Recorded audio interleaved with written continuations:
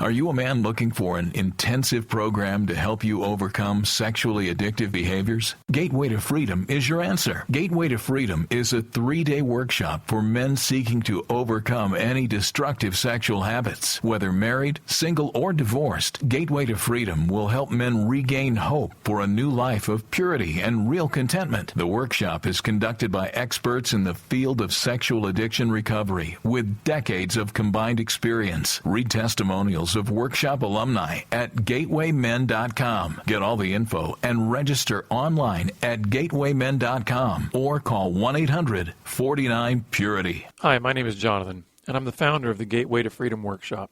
I want to personally invite you to be part of our next workshop coming up January 8th through the 10th in Pennsylvania. So call us today at 1-800-49-PURITY or visit gatewaymen.com.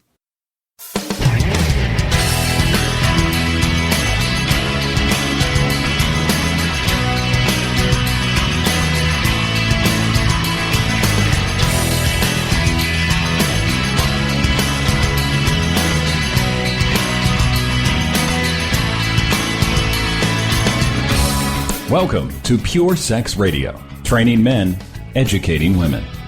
Are you ready to get real and start living each day in purity? This dynamic program is designed to educate, encourage, and equip listeners with the tools necessary for living a life of sexual purity. Pure Sex Radio brings you the best in mobile talk radio. Listen to real-life struggles, learn how to overcome lust, pornography, and sex addiction, and get serious about purity. Your hosts for Pure Sex Radio are Jonathan Doherty and Stephen Cervantes. Jonathan is the director of Be Broken Ministries and founder of the Gateway to Freedom Workshop for Men. Stephen is the founder of the Hope Counseling Center. Visit us online at puresexradio.com. And now, please welcome Jonathan and Stephen on Pure Sex Radio.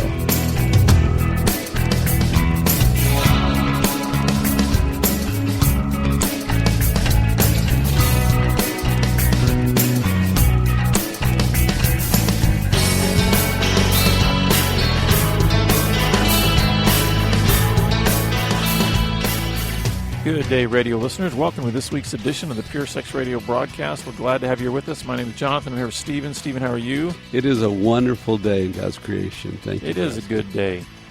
Well, folks, we're glad that you've decided to join us. You know, as we near the end of the year, I just want to remind you again that we're a listener-supported broadcast, and we're grateful for those who've come alongside and partnered with us. We would like to invite more of you to partner because we've got some opportunities to expand the broadcast next year into a couple of different regions. And in order to do that, there's some expense involved in getting on some of these radio stations. So if you would like to partner with us to allow more people to get help from this program, simply go to puresexradio.com and then click on the donate button, and you can learn about the ways to partner with us. So, Stephen, why don't we kick off here this week? We've got just kind of some random insights, comments, different thoughts, and we hope that this will end up being some kind of coherent message to the listeners out there.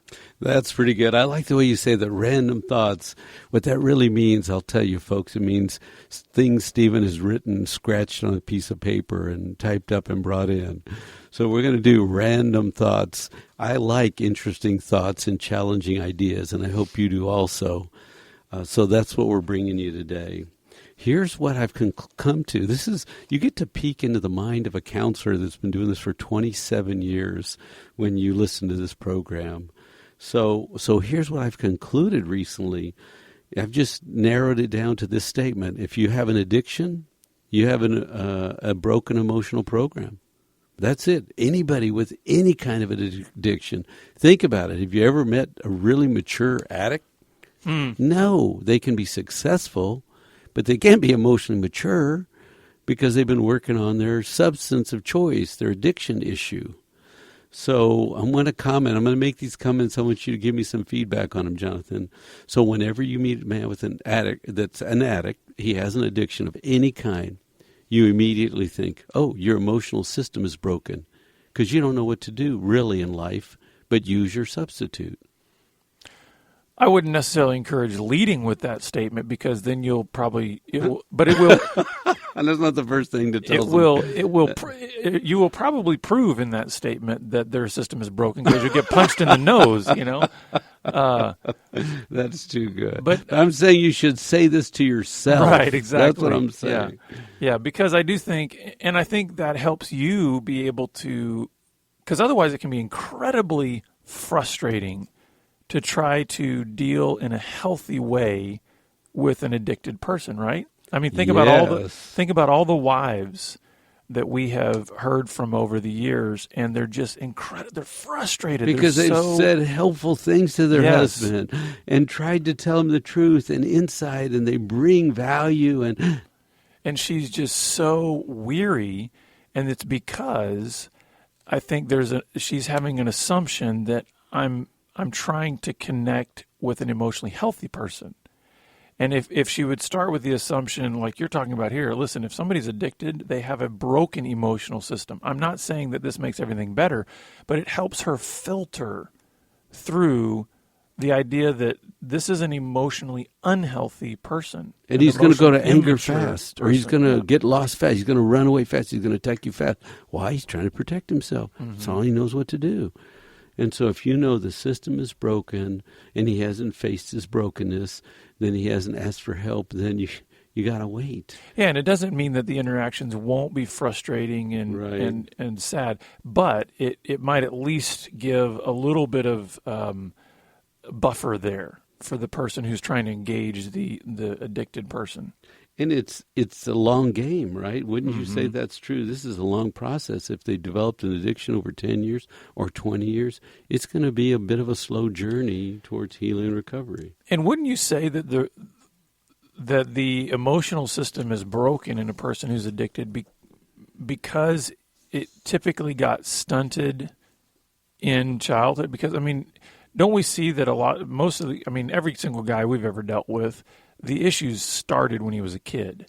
And so, I mean, I don't know if there's any kind of scientific link or anything like that, but wouldn't you say, just in your experience, that there's a pretty strong correlation between when a guy started heavily veering off into this isolated, disconnected pathway, even in childhood, that typically you can kind of see that that's about when he would be stunted emotionally in his development? Right, yes, because he uses childlike behaviors, right? Mm-hmm. He hides, he avoids, he tries to pretend. He throws a fit. And then he throws a fit and gets angry. What is that, 10 or something? So that's what your point is. Mm-hmm. This is old behavior from long ago that has some connection. So number 2 on our list, in a relationship, say a marital relationship, some people need rules. And if you don't understand relationships, then you need rules to get through. Okay, what are the rules? We go on a date on Friday night. I bring you flowers. I sit with you and I try to be present, and I do some mechanical things that I think I'm supposed to do. I try to listen to you.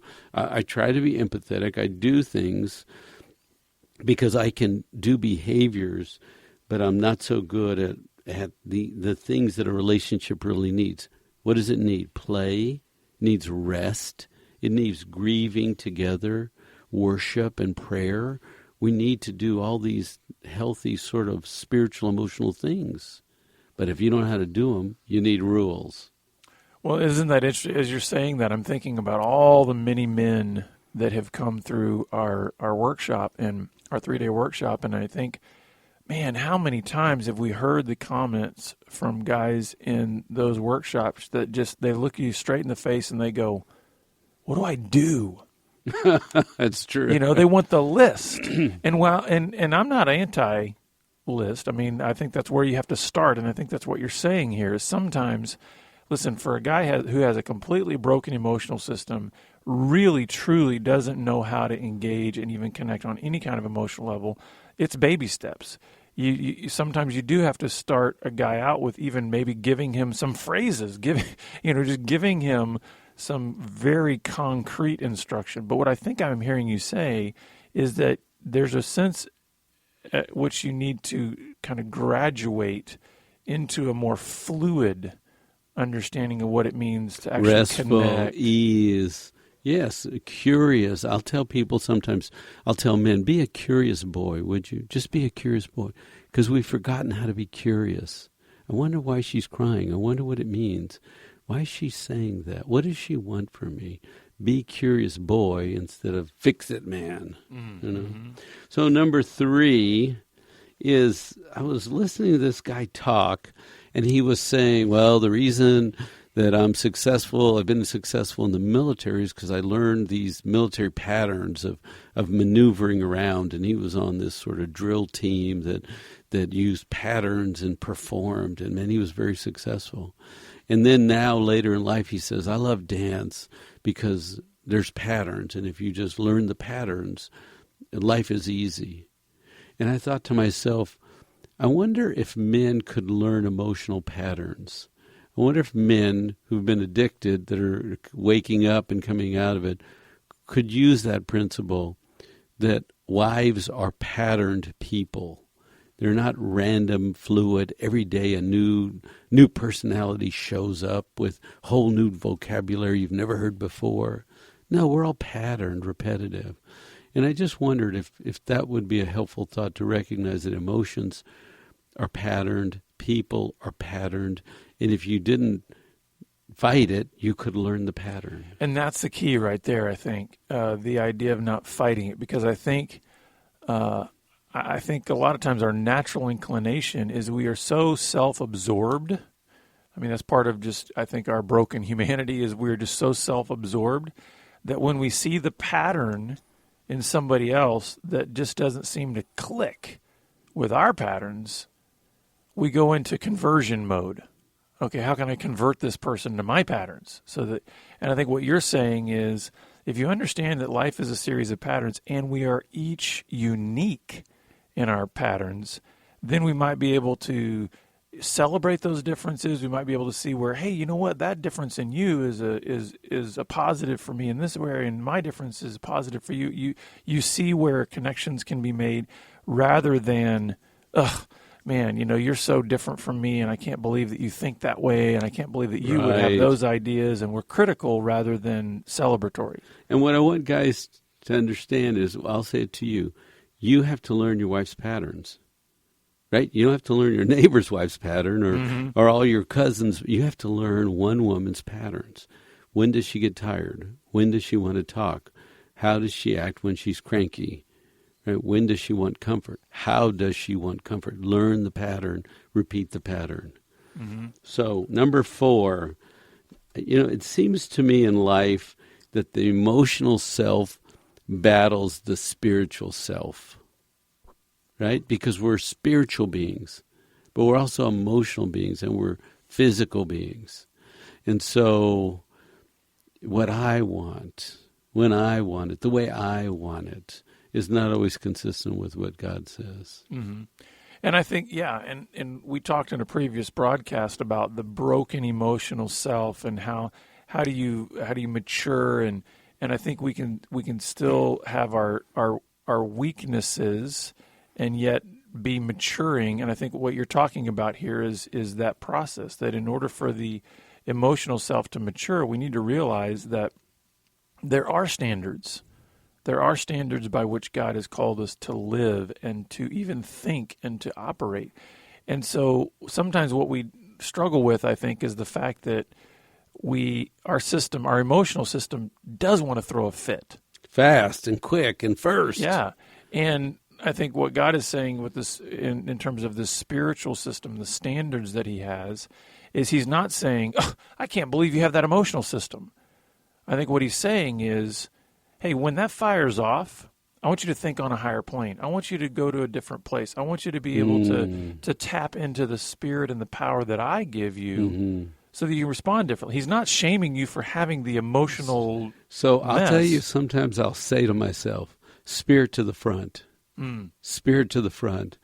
Because that 2-year-old fit-throwing boy is out there making a fool of himself. Spirit to the front. Yeah. Right? I need something to lead besides my emotional self that wants to That's good. Get on the floor and stomp and scream and go, what I want now, my way. Spirit to the front, spirit to the front. And I think that's great because I do think we need, I don't want to call them like mental tricks, but I do think we need things that give us visuals, give us images, give us a picture of, okay, what needs to be happening here? Does, the 2-year-old flesh need to be, wagging me or, dragging me around? Or does the Spirit of God need to step forward and be the one to take the lead? So I think I like the way sometimes you paint pictures and then speak those things, because I think speaking things out loud too, I think, is important, because it helps. There's power, and it's the life and death. The power of life and death is in the tongue, right? So, number 5, what keeps you from deep rest? Way back from the beginning, when I was doing groups with guys and saying, man, there's this restlessness in us, this tension, this irritability, this frustration. I brought some church leaders in and said, can you teach us how to rest? We don't know how to rest very well.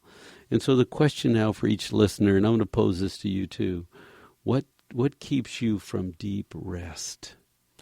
Well, now you're getting into my business, Stephen.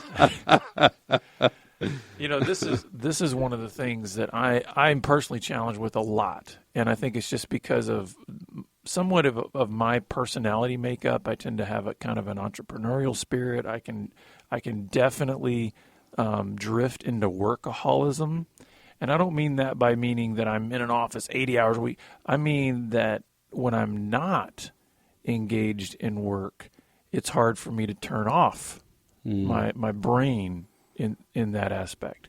And so I think a lot of times for me, just the type of work I'm in, the leadership responsibilities I have, that keeps me a lot of times from deep rest, because I'm consumed. And some of it is even stuff that I'm like, this is legitimate. I'm burdened. I have an agony. I've got deep passion for this topic.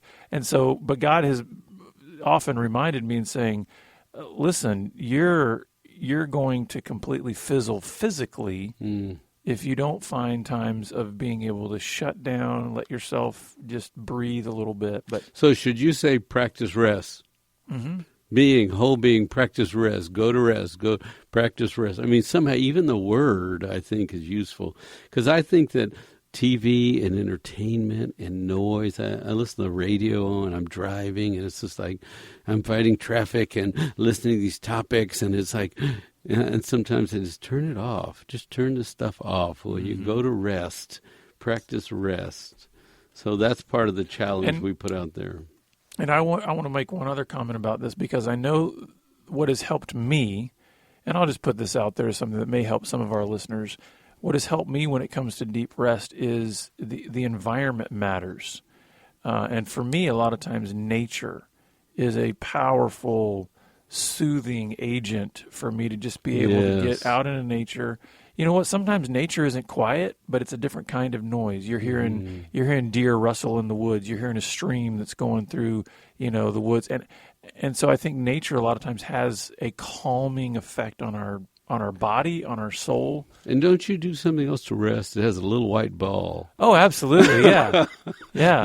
You hit it, then you chase it down. Yeah, and talk to it, and then you hit it again, and then you chase it down. I think that's... So sometimes good recreational activities can help too. That's good. So if someone... This is a second thought about an addict. If someone is an addict, then you have to assume they practice being emotionally detached. They live emotionally detached. They practice that skill. It's essential to be detached, because they have to go away and hide. They have to hide part of themselves. They have to hide their rituals. They have to be secretive. They have to keep growing an alternative life right next to this life. So there's going to be some detachment. And you know what's interesting? I think this actually ties in very well with the previous one about struggling with deep rest, because I think the person who is addicted is not restful. That is a person who is full of anxiety, fear, a lot of times a lot of low-grade frustration and anger. And so definitely their soul is not at rest, and a lot of the fear will drive them away from the very emotional attachments that they need in order to take them to deeper rest. Wow, that's good. So it's like this vicious cycle that is continually removing them from one of the contexts in which they can have that comfort, that rest. It should, peace. right? Yes, and exactly. should practice rest with the spouse and create a safe place, right? A little bubble we go into until the world go away. Well, I think you can even have that rest emotionally in deep friendships too. So not even necessarily That's a true. marriage. I think you Yes. can have a deep friendship that provides some of that comfort and peace. Mm-hmm. So here's a comment that was made. I don't do deep work. Like, I don't like hard conversations or emotionally filled moments or going to deep, dark places. I don't do deep work. Well, I kind of laugh at this because I'm going, well, who runs to the front of the line to say, I want to do hard work? You know, it's like, I do. I'm sort of weird. I do. I'm raising my hand. Me. It's like I was making this statement to my friend the other day, and I was saying, some conversations are just so boring.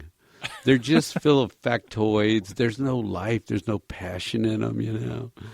And it's like, somebody tell me something significant, will you? Mm-hmm. Tell me a story about joy or grief or longing. Tell me something about life and passion. But, well, I can tell you this, Stephen. I mean, I've believe it or not, I've known you for almost 20 years, and I can tell you that you are not like most of the guys out there. And you have to also realize, listen, you've been on a multi-decades journey, I think, to get to this. I mean, well, I think you've always had a general fascination about human beings and emotions and all that. I think if you would even look at your own history, you've come to this place over a long period of time. And so when we're talking about most people, especially those who are, man, they're on the front end, and this guy who's probably saying, I don't like to do deep work. Well, guess what? He's probably not had any experience with much deep work. That's true. And so I think most people, because they're carrying all of their brokenness, they're hiding it, they're pretending that they're stronger than they are. Mm-hmm. Yeah, I think generally speaking, folks like that are not going to be going, man, let me run to the front of the line and do really difficult, emotional, hard work. Which is why I think we need, and this may be a little sidebar, but I talk with churches about this all the time, pastors, anybody who has some kind of influence and also access to buildings and space is, we need to create more safe environments where people can have that initial conversation to share their story.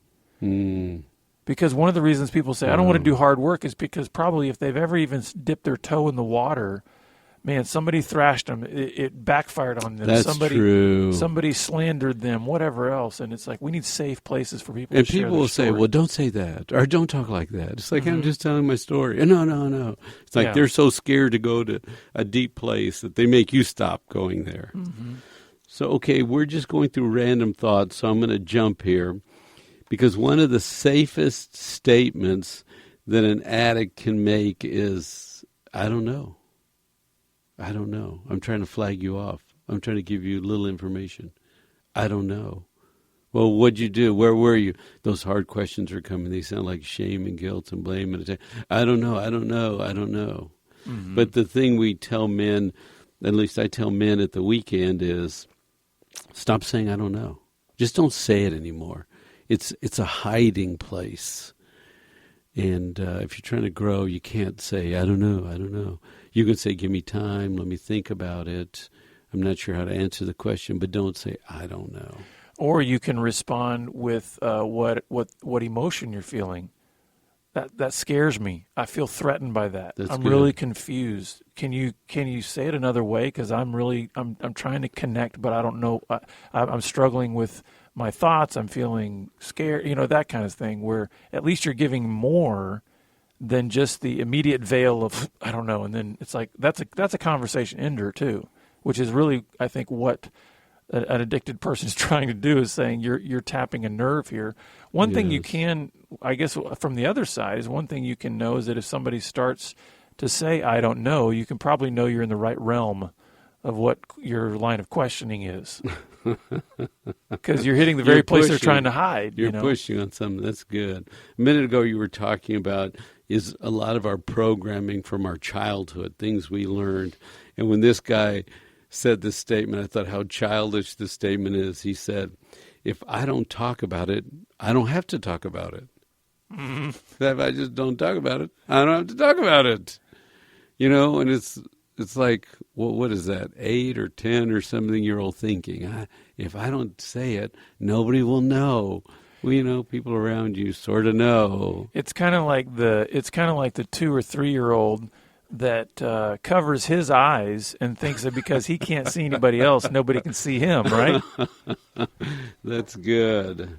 And it kind of reminds me, too, of one of the things we talk about in the workshop is this poor solution that guys have. They think that not talking about their sexual struggles is the best way to deal with it.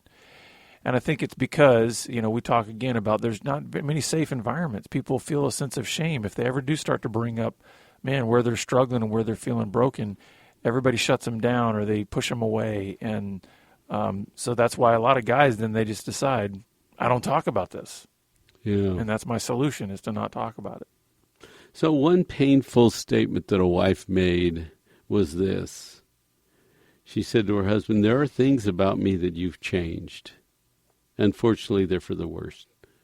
Like I have less self-esteem by living with you. I've lost a lot of sleep. And emotionally, I'm pretty torn up. Mm. Well, and here's what I would say. Certainly we know that spouses have probably the most profound influence on each other because it's the most intimate relationship that we can have. And I don't know I don't want to too quickly flip to the positive side of this, but I think about this and I go, okay, husband, you see what a powerful influence you have on your wife. If that's true in the negative, could it not also be true in the positive? Could you have, could there be 5 years from now a change in her statement that says, there's things about you that have changed me for the better? Yeah, that's good. I've seen you take responsibility for your brokenness. I've seen you take the initiative to get help for it and to go seek counseling and to plug into a group. I've seen you reconnect with God and lead our family spiritually. I've seen you, husband, you're not powerless here. You don't have to think that you're a victim here and that you have no ability to change the influence that you've had on your wife. That's good. So another wife made this statement. I tried to talk to my husband. He wasn't interested in listening to me, so I just stopped talking. Well, we've seen this. Isn't it interesting? You want to talk about shutting down the core of a woman, get her to say, I'm done talking. Yes. Yeah. Because that you've taught me this, and I've seen this in my own experience, and then just with many, many women, is that if a woman is talking, she's sharing who she is. Mm-hmm. Most women are verbal processors, and so if her mouth's moving, something of who she is coming out. And being shared with you. Yeah. Right? That's beauty of what you just said. And so what this woman is saying is essentially, you've affected the shutdown of my core because I'm not talking anymore. That's powerful. That's sad, but it's powerful. Right. And so some of these statements are just for thought to see if they apply in your situation. So we're just going down our list. One of the ways that one of the guys was sharing about protecting his wife, he said, I've got a new plan. I'm going to manage my eyes at every opportunity so that I look on things that are good. And I'm going to control my mind, and I'm going to have some thought control. And I'm not going to put myself in risky places because I want to protect my wife. And I think that's a great way to frame it up as protecting your wife. It's not just about you being a man of integrity in terms of purity. It's about saying this has a direct effect on my spouse. Well, folks, this has been a lot of random thoughts, but we hope they've been helpful and that you've been able to piece some of them together for your own journey. If you would like more help on your journey to healing and growth, please reach out and connect with us. We are a safe place where you can share your story and begin to get help and healing. So we'll give you that information in a moment. We look forward to having you back here again next week on the Pure Sex Radio broadcast. Pure Sex Radio is paid for by Be Broken Ministries. Visit us online at puresexradio.com.